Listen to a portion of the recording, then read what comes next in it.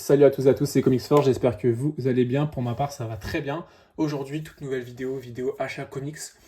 Comme je vous l'ai dit dans une précédente vidéo, j'achète moins de comics parce que j'ai beaucoup de choses à lire sur ma palle.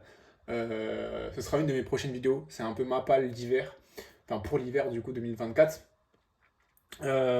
Du coup, c'est pour ça, là c'est l'équivalent de deux mois d'achat comics, parce que je vais prendre que les comics.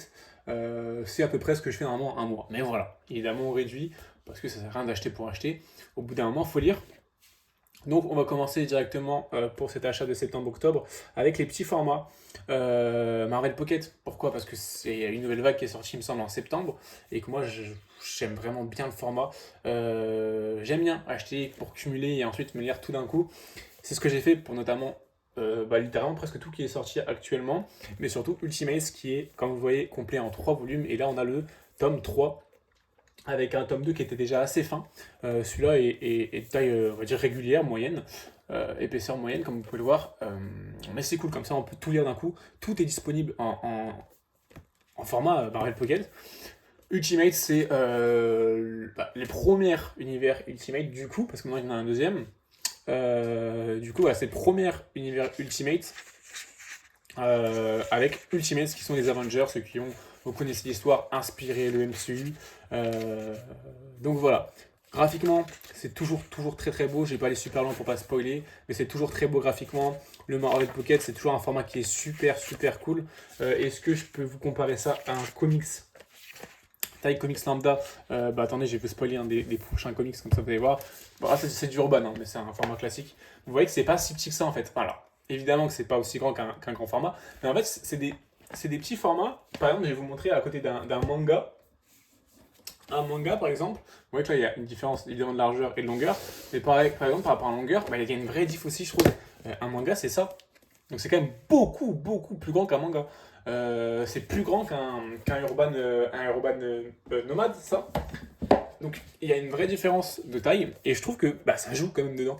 Avoir un manga mi-petit, mi-grand. Du coup, voilà, Ultimates de évidemment Mark Millar et Brian Hitch au scénario complet, du coup en 3 tomes. Ensuite, on a du Astonishing X-Men. Oui, Astonishing X-Men, ça c'est le tome 2. Donc c'est du coup le run de Josh Whedon. Là, il est un peu plus épais quand même. Alors, j'ai pas les prix en tête, mais il est un petit peu plus épais. En tout cas, c'est pas des prix très élevés. Et du coup, voilà, ça c'est pareil, c'est disponible en 2 volumes. Du coup, là, on a le run de Josh Whedon complet sur les Astonishing X-Men. Vous pouvez vous lire ça. Moi, comme j'avais dit dans une vidéo où je comparais les Urban Nomad et Pocket, j'avais peur, vu que c'est du X-Men, c'est très verbeux souvent, que ça allait être un peu compliqué à lire en Pocket. Pas du tout. Vous voyez que c'est vraiment très lisible, très fluide. Franchement, la taille joue beaucoup. Bon, après, c'est pas si verbeux que ça comme on voit dans ce tome-là, mais franchement, c'est vraiment agréable comme format. Vous avez toujours ces petits rabats. Même si moi, je les utilise pas, je vous conseille pas parce que ça abîme pas mal le comics. Après, vous faites comme vous voulez. Et enfin, pour finir, il y a eu le Ultimate Spider-Man, le premier volume, du coup, première édition. Donc là, on a le tome 4. Tome 4 qui est lui, par exemple, disponible en 11 volumes, donc vous avez vraiment le temps. Dans 2-3 ans, on en reparle. Toujours Bendis et Bagley, hein, l'équipe créative. Cover plutôt pas mal. C'est pas les mêmes covers que vous avez notamment, notamment j'ai envie de dire, euh, sur les omnibus par exemple. Là, on est vraiment sur des covers différents, donc c'est assez agréable de ne pas avoir forcément les mêmes tout le temps. C'est pareil, c'est très beau graphiquement. Là, c'est un peu verbeux quand même, mais vous voyez que ça passe. Ouais, les pages sont quand même verbeux. Ça passe. C'est pas, on n'est pas. Alors évidemment, on est plus compressé qu'un grand format, c'est logique, mais c'est pas hyper compliqué non plus. Ça reste assez lisible, les dessins, on peut quand même profiter des dessins et des cases et des bulles, donc on n'a pas besoin de plisser les yeux pour lire, donc franchement c'est très agréable. Donc voilà pour ce qui est de la première partie. Je vous ai spoilé un petit peu, on a 15, enfin non, on a 3 tomes Urban, mais de DC Comics on en a qu'un seul. Je continue, les Dawn of, donc là on a Dawn of GSA partie 2, enfin tome 2, hors du temps. J'ai toujours pas commencé mes Dawn of. Là, ça va être une de mes prochaines lectures. J'ai 2-3 trucs à lire avant. Et ensuite, j'entame les Dawn of parce que je commence à en avoir pas mal. Le Superman, le GSA, le Green Arrow, le Green Lantern aussi, il me semble, si je dis pas de bêtises. J'en oublie sûrement. Du coup, à l'intérieur, est-ce qu'on a un petit chapitrage? Il me semble pas, ça m'étonnerait. Ils aiment pas trop mettre de chapitrage en général. Non, mais ça doit être écrit ici. On a évidemment donc Dawn of GSA. On a le Teen Titans Go, Non, même pas. En fait, c'est même pas écrit ce qu'on a dedans. C'est assez catastrophique pour le coup. Mais bon, on va voir les tomes qui sont en corrélation avec GSA. On a toujours un chapitrage à l'intérieur, il n'y a pas de problème. Là, c'est la série Jay Garrick, donc la série de Flash. Graphiquement, c'est plutôt beau. Alors qu'on a beaucoup d'issues de Jay Garrick Flash. Graphiquement, c'est plutôt beau. Moi, je suis toujours un peu néophyte parce que GSA, je connais très peu. J'avais lu notamment un Chronicles ou deux. Ouais, c'était sympa, mais c'est pas, vu que c'est un peu old school, c'est pas non plus la folie. Là, je trouve qu'ils arrivent à nous mettre des dessins plutôt frais qui donnent vraiment, vraiment, vraiment envie de lire. Euh, voilà, d'apprendre à connaître les personnages de la GSA, notamment quand tu es au néophyte. Après, est-ce que c'est accessible? Ça va être du coup dans ma revue lecture, de savoir si c'est vraiment, vraiment accessible ou non. De rentrer dans une team qui n'est pas forcément mise en avant. C'est vrai que rentrer dans du Batman c'est plus simple, rentrer dans du Robin c'est plus simple parce qu'on connaît les personnages, même si on n'est pas assidu depuis 20-30 ans aux comics. GSA c'est plus compliqué parce que c'est beaucoup de personnages de la vieille époque, du Golden Age notamment. Et nous, bah forcément, quand tu commences les comics en 2020 par exemple, même moi si j'ai commencé un petit peu avant, en 2015 je pense, en 2015-2014, bah forcément, tu les connais pas forcément ces personnages, sauf si vraiment tu approfondis le sujet, mais c'est pas le cas de tout le monde, donc ça va être aussi intéressant, moi de ma part, de voir, que les dessins sont vraiment, vraiment beaux. Les dessins graphiquement sur toutes les issues, sur tous les tomes, c'est vraiment cool, donc j'aime bien ça. Tous les down-off, et je vais vous dire sur les équipes, notamment GSA, parce que Green Arrow, Green Lantern, je connais un peu les personnages, mais c'est vrai que GSA, c'est l'équipe vraiment qui m'intéresse, et qui pourtant j'ai aucune connaissance dessus. On passe encore sur du Urban, mais vous allez voir, c'est du grand format. Moi, vous savez, j'adore cette collection, comme beaucoup de monde, hein, j'ai l'impression, on va pas non plus dire qu'on est un peu original. Non, tout le monde aime ça. Je suis parti sur le dernier festin de Ruben. Ruben, je pense que ça se dit. Ruben, je sais pas trop. De Ramvi et Philippe Andrade. Alors, il y a un mois, je vous aurais dit que je connaissais pas cette époque-là. Maintenant, c'est différent. Pourquoi? Parce que vous le voyez déjà sûrement à cette belle cover et à cette belle édition. Il y a ce beau rose que vous reconnaissez sûrement. Bah oui, c'est la même équipe artistique qu'on avait pour Layla Star. Layla Star que j'ai chroniqué sur la chaîne. D'ailleurs, merci pour les retours. Graphiquement, bah on est dedans, on est dedans. Alors, on a ouais, quand même les mêmes tonalités en termes de couleurs. Alors, mais pas totalement. Vous voyez que là, on est quand même plus sur des couleurs un peu différentes. Évidemment, on n'est pas sur le même univers, on n'est pas sur euh, la même histoire. C'est très différent. C'est très très différent, ça n'a aucun rapport avec Star. C'est juste la même équipe créative. Alors, évidemment, les dessins, on va y avoir des similitudes, c'est logique parce qu'on est sur un dessinateur. Un Jimmy qui va dessiner du Marvel ou du DC, bah, ça va être du Jimmy en fait. C'est ça que je vous dis. Là, Philippe Andrade, bah, qui dessine Layla Star ou le dernier Festin de Ruben, bah, ça va être du Andrade, du coup, forcément. C'est son trait qui est en plus, lui, très atypique. Bah, forcément, on le reconnaît parmi tant d'autres. Mais ça, c'est normal. Au-delà de ça, je n'ai pas du tout lu le synopsis, parce que j'aime pas trop me spoil personnellement. Mais en tout cas, on est sur du dessin.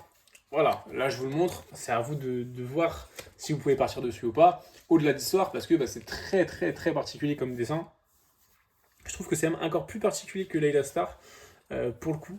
Même si bah, j'ai dit pareil pour Layla Star, j'avais dit que j'étais pas fan, enfin que j'étais assez perplexe, et qu'au final, quand j'ai lu Layla Star, bah, je plonge totalement dans le dessin. Et bah, en fait, ça colle totalement avec l'histoire, et même ça embellit l'histoire, je trouve.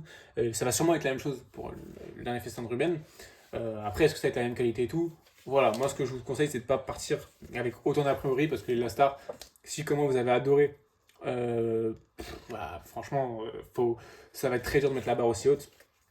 Au-delà de ça, c'est notre histoire, donc forcément, faut pas s'attendre à la même chose, faut pas s'attendre à forcément la même qualité, même si on recherche toujours de la bonne qualité.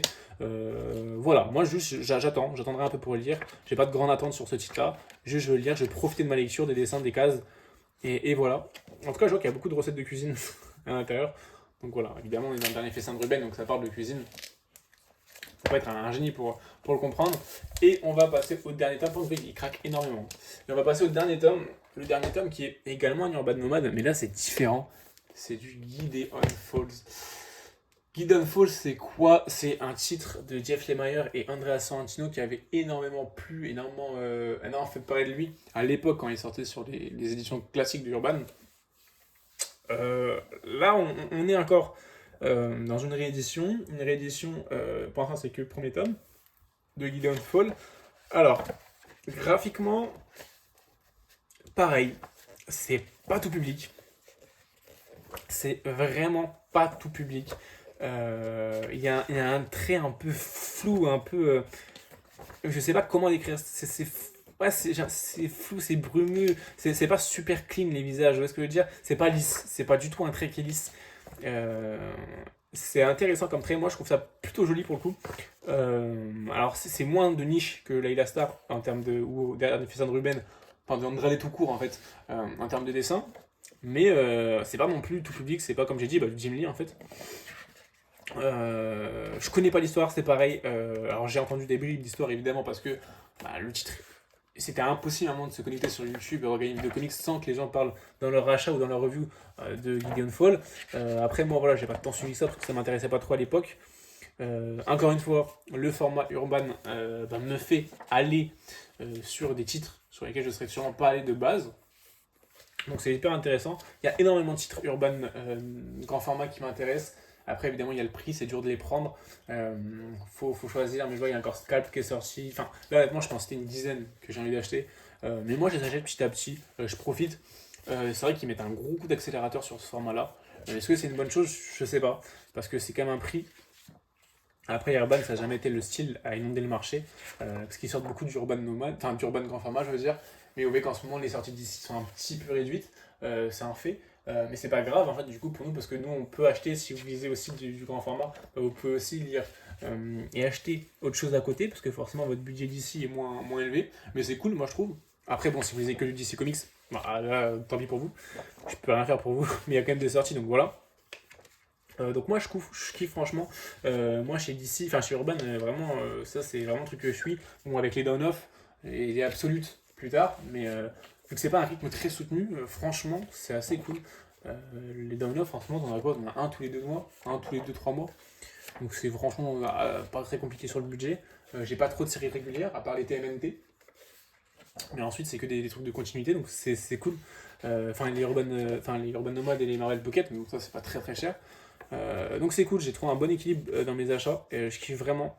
Je pense pas que c'est un comics à mettre par contre entre les mains de tout le monde, parce que je vois beaucoup de crimes, beaucoup de sang.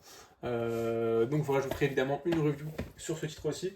Donc voilà pour mes achats de octobre, septembre, octobre. Est-ce qu'il y en aura une vidéo en novembre? Je sais pas. Je suis pas sûr. Peut-être une vidéo en décembre. En attendant, moi je kiffe vraiment lire tout ce que je lis.